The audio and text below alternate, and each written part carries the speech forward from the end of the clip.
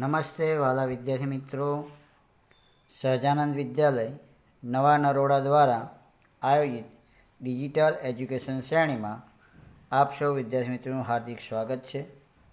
વિદ્યાર્થી મિત્રો, આજે આપણે અહીંયા ધોરણ 7 વિષય સામાજિક વિજ્ઞાન પાઠ 10 પર્યાવરણના ઘટકો અને આંતર સંબંધો વિશે જોવાનું છે. એમાં આપણે તાસ 1 તાસ 2 એની અંદર આપણે જોઈ ગયા. એમાં પર્યાવરણના મુખ્ય જે આવરણો છે એના વિશે આપણે થોડો પરિચય મેળવ્યો હતો. અહીંયા આપણે આગળ એના વિશે પરિચય મેળવવાનો છે.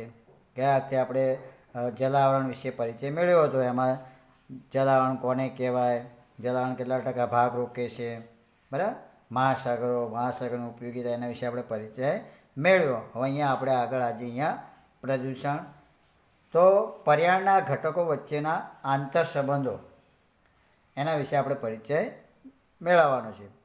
તો પર્યાવરણના તમામ ઘટકોમાં માનવ કેન્દ્ર સ્થાને છે. એટલે કે પર્યાવરણના જે તમામ ઘટકોમાં માનવ કેવો છે, કેન્દ્ર સ્થાને છે. તો પર્યાવરણના જુદા જુદા ઘટકોમાં કેટલાક ભૌતિક ચક્રોથી એકબીજા સાથે જોડાયેલા પણ છે. એમ કે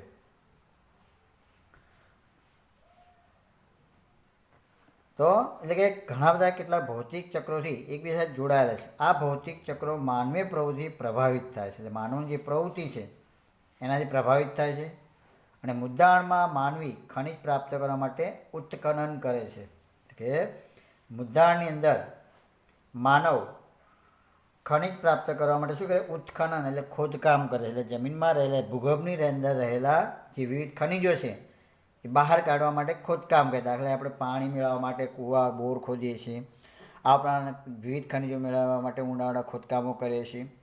તો એના જ કારણે શું થાય કે જમીનની અંદર ઊંડા ઊંડા ખાડાઓ પડતા હોય છે. અને આ ખાડાને પરિણામે ચોમાસામાં જે વરસાદ પડતા એમાં શું થાય, પાણી ભરાય. અને પાણી ભરાતા શું થાય, જલાવરણનું નિર્માણ થાય છે.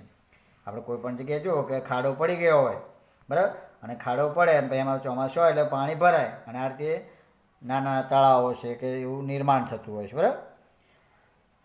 અને પછી આ જે પાણી ભરેલા છે જળાશયો, એ જળાશયમાં તાપમાન વધતા જળાશયમાં રહેલું પાણી શું થાય, બાષ્પીભવન ગરમ થાય, ગરમ થઈને બાષ્પીભવન થાય છે. અને આ બાષ્પ થયેલું પાણી વાતાવરણમાં ભળે છે. અને વાતાવરણમાં ભેજનું ઘનીભવન થઈ વાદળો બંધાય છે અને વરસાદ થાય છે. એટલે આને આપણે શું કહીએ છીએ, જલચક્ર કહેવાય. શું કહેવાય, જલચક્ર. એટલે તમને પ્રશ્ન પણ જલચક્ર કોને કહેવાય, વિજ્ઞાનમાં અંદર પણ ભણી ગયા કે જલચક્ર વિશે તમે સમજૂતી મેળવી છે જલચક્રની.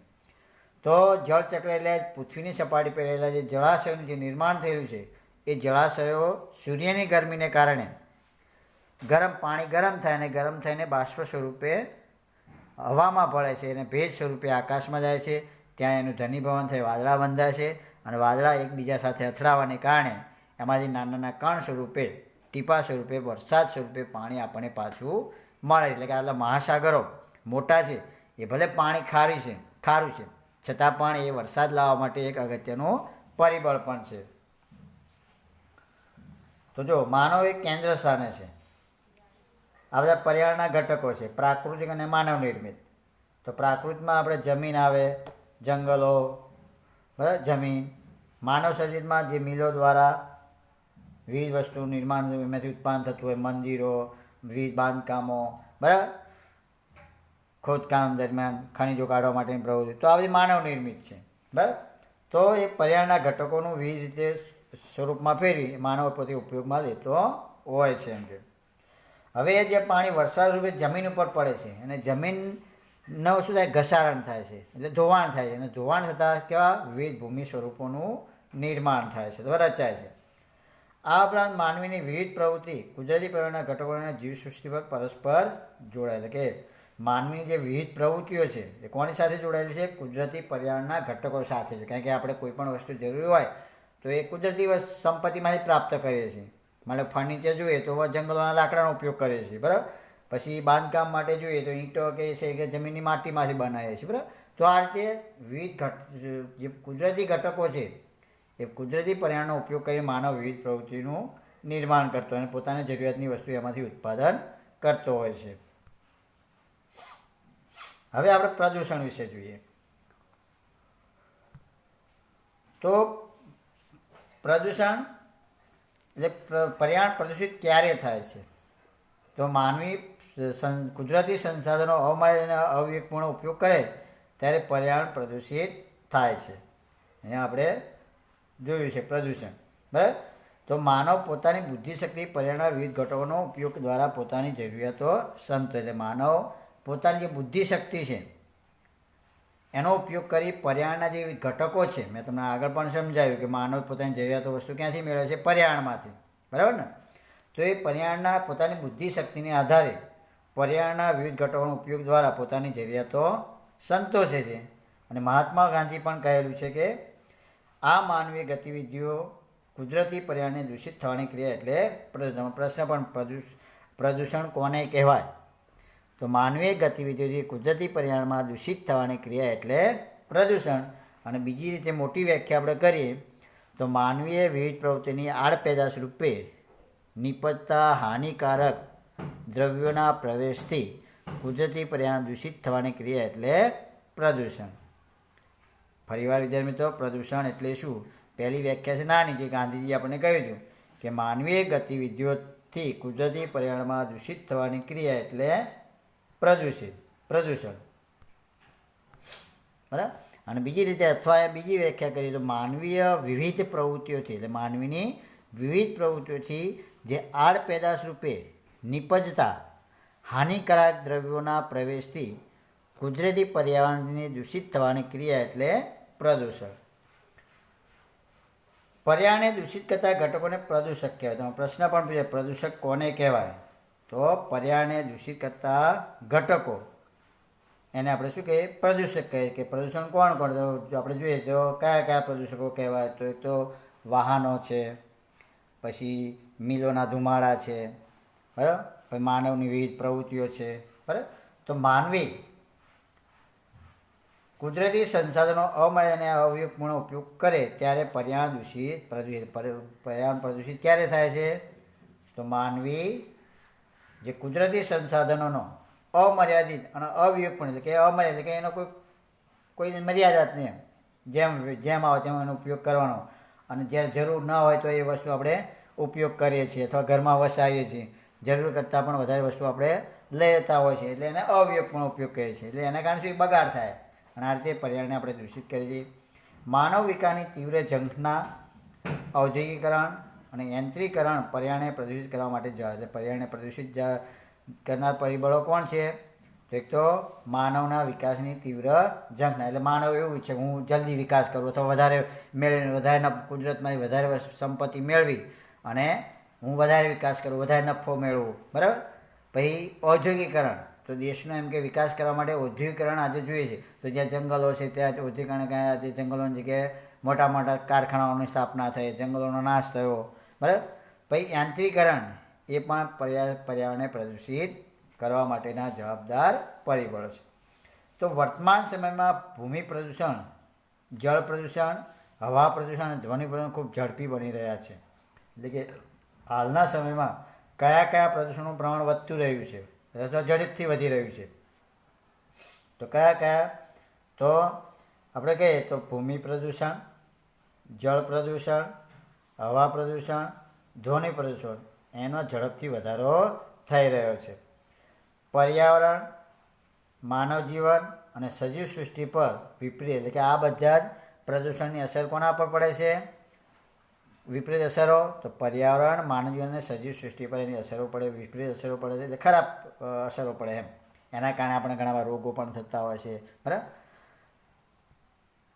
તો આપણે પર્યાવરણ પ્રદૂષણ, તેની અસરોને રોકવાના ઉપાય વિચારીને આપણે ઝડપથી એના પગલાં લેવા, એટલે કે પર્યાવરણને કઈ રીતે અટકવું, એને પર્યાવરણ જે પ્રદૂષિત થાય છે એને કઈ રીતે અટકવું, એની જે અસરો થાય એને કઈ રીતે ઓછી કરવી અને એના રોકવાના ઉપાયો. તો આપણે જોઈએ પહેલું ભૂમિ પ્રદૂષણ. ભૂમિ એટલે જમીન. જમીનનું પ્રદૂષણ અથવા ભૂમિ પ્રદૂષણ કોને કહેવાય? તો જમીન ગુણવત્તા કે તેના પોષક ઘટકોમાં જે ફેરફાર થાય એને આપણે શું કહીએ? ભૂમિ પ્રદૂષણ કહે છે. કે જે જમીનની જે ગુણવત્તા છે એના પોષક ઘટક તત્વો છે એમાં જે ફેરફાર થાય છે એના અથવા એના ઘટાડો થાય છે એને આપણે ભૂમિ પ્રદૂષણ કહીએ છીએ.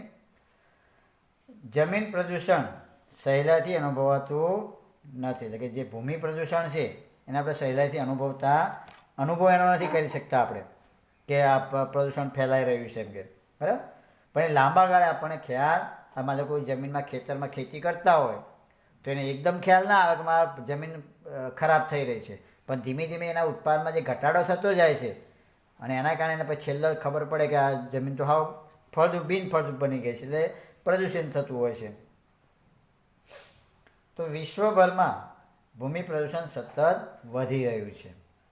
ઘર વપરાશને ઘન કચરો કે પાણી નિકાલ, ફળદ્રુપ કે ખેતીલાયક જમીન પર ઉદ્યોગો સ્થાપવા, ઉદ્યોગમાં વપરાયેલ દૂષિત પાણી ખુલ્લી જમીનમાં છોડી દેવું, બરાબર. તો ભૂમિ પ્રદૂષણના મુખ્ય પરિબળો કયા કયા છે અથવા ભૂમિ પ્રદૂષણ કઈ રીતે થાય છે? તો એક તો પહેલો ઘર વપરાશનો જે ઘરનો ઘન કચરો છે અને ગટરોના પાણીનો જે નિકાલ આપણે જ્યાં ત્યાં કરતા હોય છે, બરાબર. કચરો પણ આપણે ગમે ત્યાં ફેંકી દેતા હોય છે. પછી ફળદ્રુપ કે ખેતીલાયક જમીન પર ઉદ્યોગો સ્થાપે, ફળદ્રુપ જમીન છે, બરાબર, કે ખેતીલાયક જમીન હોય એની પર શું કરીએ આપણે ઉદ્યોગો સ્થાપી દઈએ છીએ. પછી ઉદ્યોગોમાં વપરાયેલું જે પાણી છે, દૂષિત પાણી, એ ખુલ્લી જમીનોમાં પર આપણે છોડી દઈએ. જો કેમિકલવાળું પાણી હોય તો જો ઘણી વખત ચોમાસામાં જોઈએ છે, આપણા નિકોલ વિસ્તારની આપણે વાત કરીએ તો ચોમાસામાં જો લાલ પાણી નીકળતું હોય, જ્યાં તમે છાપાઓમાં પણ સમાચારમાં વાંચતા હો છો, ટીવીમાં પણ બતાવતા હોય છે, બરાબર, કે આ લાલ પાણી નીકળે છે. તો શું થાય કે ચોમાસામાં કે ગમે ત્યારે પાણી જે કેમિકલવાળા જે ઉદ્યોગોમાં વપરાતા પાણી છે જ્યાં ત્યાં જમીનમાં છોડી દેવામાં આવતા હોય છે. આ પ્રમાણે ઉદ્યોગોમાં ઘન કચરો જમીન પર ફેંકી દે છે, એટલે ઉદ્યોગોમાં કચરો જે નીકળતો હોય ઘન કચરો એ ગમે ત્યાં ફેંકી દેતા હોય છે. તમે જુઓ ઘણી વખત જીઆઈડીસી બાજુ તમે જતા હોય તો એ બાજુ તમને જ્યાં ત્યાં કચરા ફેંકેલા તમને જોવા મળતા હોય, ગંદુ પાણી, લાલ પીળા પાણી તમને જોવા મળતું હોય છે. પછી ઉત્ખનન પ્રવૃત્તિઓ એટલે ખોદકામની પ્રવૃત્તિઓ, જે બાંધકામ પ્રવૃત્તિની અંદર જે આપણે જે મકાનો બાંધતા હોય છે, તો આ બધી પ્રવૃત્તિમાં પછી ખેતી માટે રાસાયણિક ખાતર, અતિ સિંચાઈ અને જંતુનાશક દવાનો ઉપયોગને કારણે પણ જમીન પ્રદૂષિત થાય.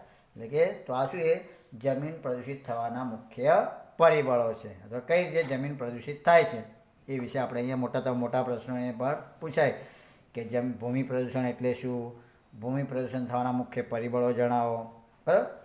પછી હાલના સમયે પ્લાસ્ટિકનો ઉપયોગ આપણો વધતો જાય છે, બરાબર. તો પ્લાસ્ટિક એક એવું વસ્તુ છે જેનો નાશ નથી થતો.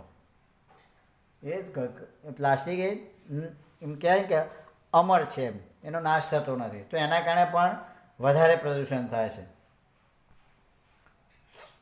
તો અહીંયા જુઓ તમે, અહીંયા પિરાણે આપણે અહીંયા અમદાવાદની અંદર જે આખા શહેરનો જે કચરો નીકળે છે, બરાબર, તો એ આખા શહેરનો કચરો આ જે પિરાણા છે, અમદાવાદની બહાર આવેલો જે એક વિસ્તાર છે પિરાણા, તો અહીંયા આખા અમદાવાદનો જે કચરો છે બધો કચરો અહીંયા ઢગલો થાય. તમે જુઓ કે મોટો પહાડ તમે ત્યાં જઈને જુઓ તો જાણે કે મોટો પર્વત હોય એટલો મોટો કચરાનો ઢગલો થયો છે ત્યાં. અને એમાંથી આપણે જે મ્યુનિસિપાલિટી છે એમાંથી વિવિધ કચરો ભેગો કરી અને હાનિકારક કચરો દૂર કરી એમાંથી કુદરતી ખાતર બનાવી અને ખેડૂતોને એનો ઉપયોગ કરવા માટે પ્રેરણાદાયક બને છે.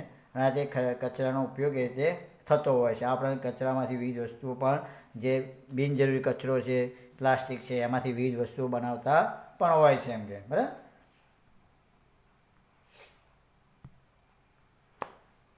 હવે પંજાબ આ રીતે જે ખેતીમાં જે રાસાયણિક ખાતરનો ઉપયોગ કરે છે એના કારણે શું થાય કે જમીનની ફળદ્રુપતામાં ઘટાડે છે. કે ખેડૂતો શું છે કે વધારે ઉપજ મેળવવા માટે શું કરે છે, રાસાયણિક ખાતરનો ઉપયોગ જમીનમાં કરતા હોય. તો એના કારણે શું છે લાંબા ગાળે જમીન શું થાય બિનફળદ્રુપ. વળી પહેલાંના સમયમાં શું માત્ર વરસાદ આધારિત ખેતી હતી, એટલે વરસાદનું પાણી એ જમીન માટે શું હોય અનુકૂળ હોય છે. પણ જે પિયત એટલે કે જે પાણી પાઈને જે ખેતી કરવામાં આવે છે તો એના કારણે નહેરોનું પાણી શું છે કે ઉપયોગ કરી અને જે ખેતી કરવામાં આવે છે તો એના કારણે શું છે જમીનના બંધારણમાં ઘટાડો થાય છે, એની ફળદ્રુપતામાં પણ ઘટાડો થાય છે. અને લાંબા ગાળે જે પાણી સિંચાઈની ખેતી દ્વારા જે ખેતી કરવામાં આવે છે તો એના કારણે જમીન પણ ખરાબ થાય. તો એમાં એક ઉદાહરણ છે પંજાબમાં અંદર જે ખેડૂતો છે એ નાઇટ્રોજનયુક્ત રાસાયણિક ખાતરનો વધારે વપરાશને કારણે શું જમીન પ્રદૂષણ થયું છે. એટલે કે વધારે એ લોકો શું કરે કે વધારે ઉત્પાદન મેળવવા માટે શું કરે છે કે વધારે રાસાયણિક ખાતરનો ઉપયોગ કરતા હોય. તો એના કારણે શું થાય કે જમીન ની ફળદ્રુપતામાં ઘટાડો થતો. એટલે પંજાબ વિસ્તારમાં આજે નાઇટ્રોજનયુક્ત ખાતર જે બનાવવામાં આવે છે અને એનો ઉપયોગ વધારે કરવામાં આવે છે, તો એના કારણે જમીન પ્રદૂષણ થાય છે. પંજાબના હોશિયારપુર, ભટીડા અને રોહતક જિલ્લાના પણ ગામડાઓમાં રાસાયણિક ખાતરના અતિશય વપરાથી કૂવાના પાણી ભયજનક સપાટીએ દૂષિત થયું છે. બરાબર, કે જે વધારે રાસાયણિક ખાતરનો ઉપયોગ કરે એટલે શું છે કે એ બધું પાણી જે છે ક્યાં ઉતરે? ભૂગર્ભ જળમાં ઉતરે. અને ભૂગર્ભ જળમાં આ બધે રાસાયણિક પદાર્થો ભેગા થાય એટલે પાણી પણ નીચે ભૂગર્ભ પણ કેવું થાય? દૂષિત થાય છે. દાખલા તરીકે અહીંયા આપણે વાત કરીએ તો જામનગર, તો જામનગરની બાજુ જે છે ત્યાં જે સાડી ઉદ્યોગ છે જેતપુર, તો જેતપુરમાં જે સાડી ઉદ્યોગ છે તો એ સાડી ઉદ્યોગ ખૂબ લાંબા સમયથી ચાલે. તો એને શું એ નદી કિનારાને બધે આ ઉદ્યોગો વિકસાવે છે. તો એ સાડી ઉદ્યોગમાં જે વપરાતો રાસાયણો છે અને એ જે કેમિકલવાળું પાણી છે એ આ નદીઓમાં છોડવામાં આવે છે. અને આ લાંબા ગાળાની પ્રક્રિયા શું આજે ત્યાં જોઈએ તો આજે પણ ત્યાં કૂવા કે બોર કરીએ તો તેમાં કેવું નીકળે? પાણી રંગીન પાણી નીકળે છે. કેવું પાણી નીકળે છે? રંગીન. તો શાના કારણે? તો આ જે કેમિકલયુક્ત પાણી જમીન ઉપર છોડવાને કારણે આજે જમીનમાં ખોદકામ કરતાં ત્યાં આજે રંગીન પાણી પ્રાપ્ત થાય. એટલે એને કારણે શું કે ભૂગર્ભ જે જમીનમાં પાણી ઉતરવાને કારણે, જે રસાયણો જમીનમાં ઉતરવાને કારણે જે ભૂગર્ભ જળ છે એ પણ દૂષિત થયું છે. તો એના કારણે શું છે કે કયા કયા રોગો થતા હોય છે? તો કેન્સર અને આંતરડાના પેશાબના રોગોમાં વધારો થતો જોવા મળે છે. કારણ કે આપણે પણ જુઓ કે એ જ શાકભાજી આપણે ખાધી, જે શાકભાજી વાવતા હોય એમાં જે રાસાયણિક ખાતરનો ઉપયોગ થતો હોય છે, તો એના કારણે આપણે બધા પણ રોગોનો ભોગી બનતા હોય છે. ખેડૂતો તો બને જ છે, પણ સાથે સાથે આપણે પણ એ રોગોના ભોગી બનતા હોય છે.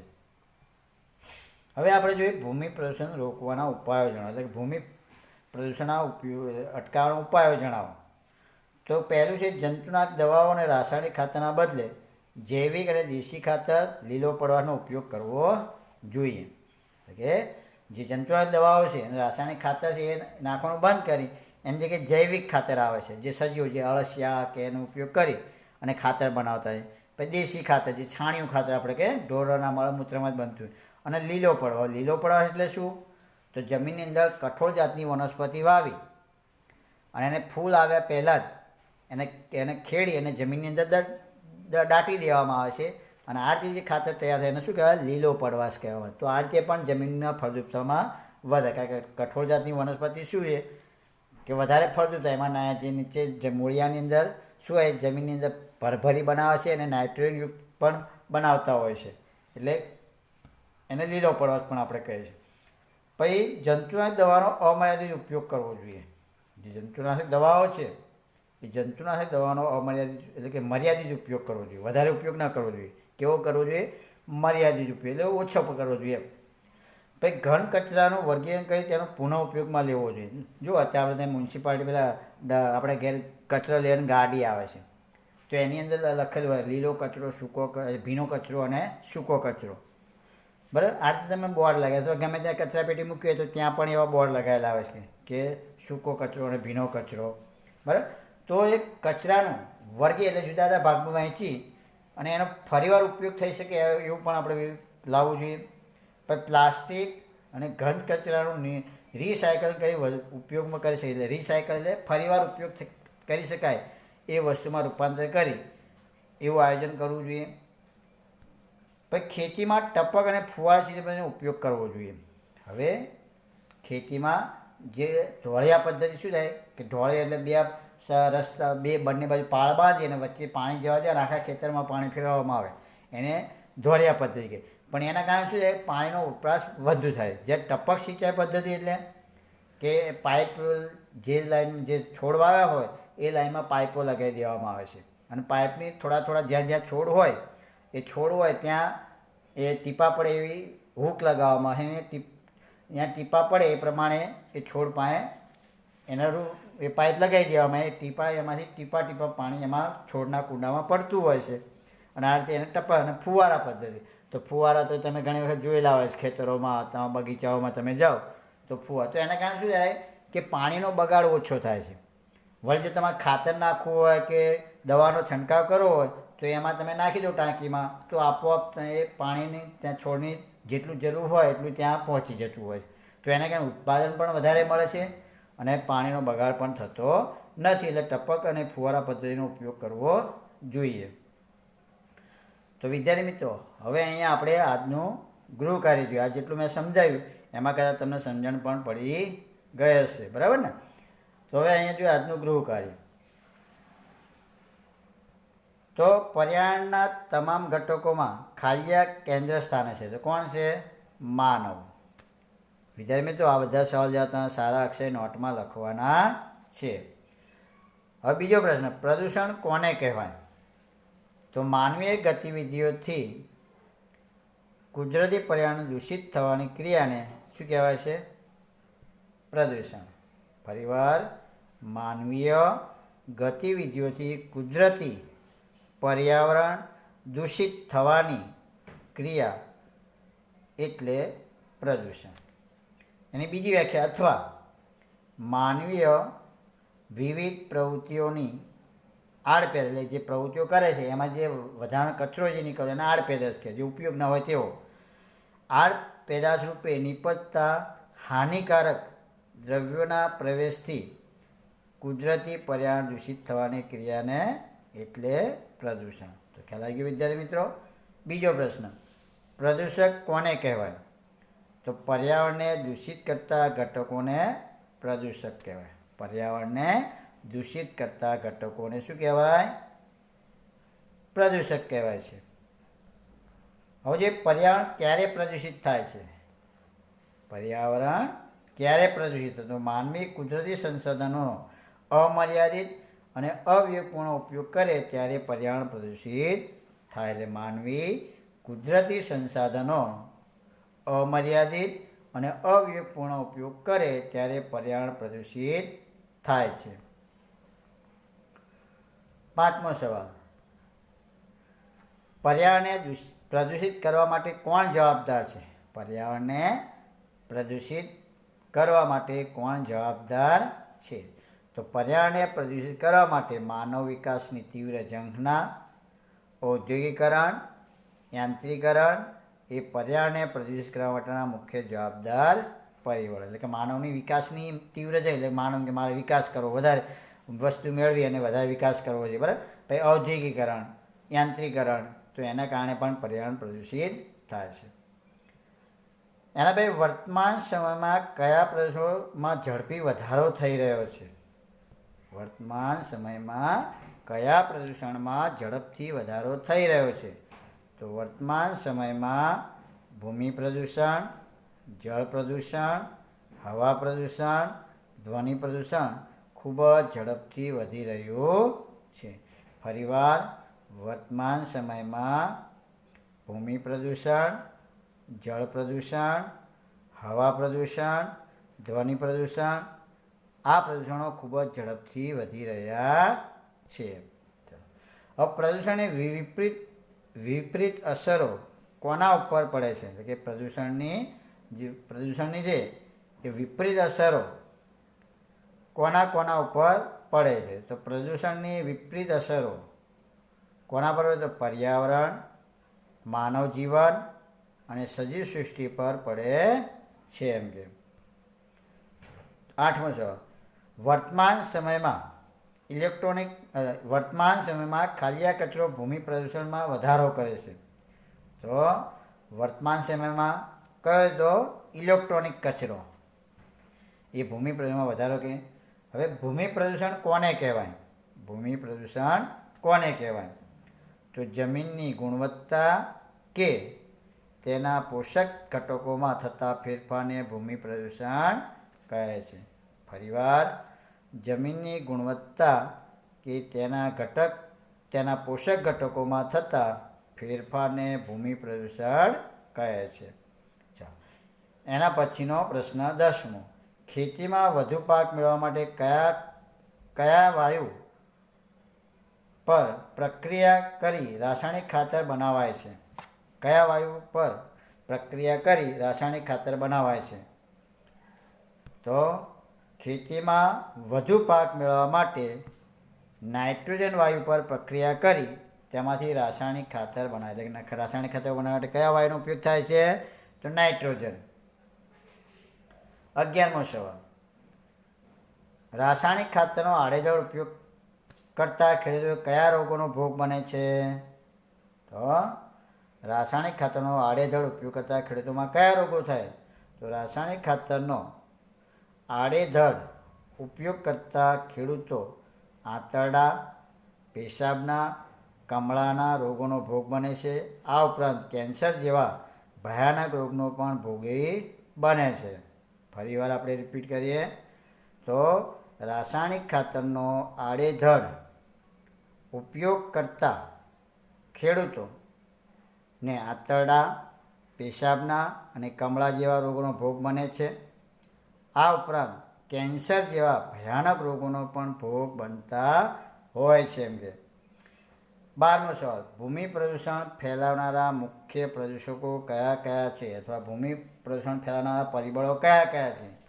તો ભૂમિ પ્રદૂષણ ફેલાવનારા મુખ્ય પ્રદૂષકો કારખાનાનું કેમિકલયુક્ત પાણી, રાસાયણિક ખાતરો, મોટા શહેરો અને મિલો આ ભૂમિ પ્રદૂષણને ફેલાવનારા મુખ્ય પ્રદૂષકો છે.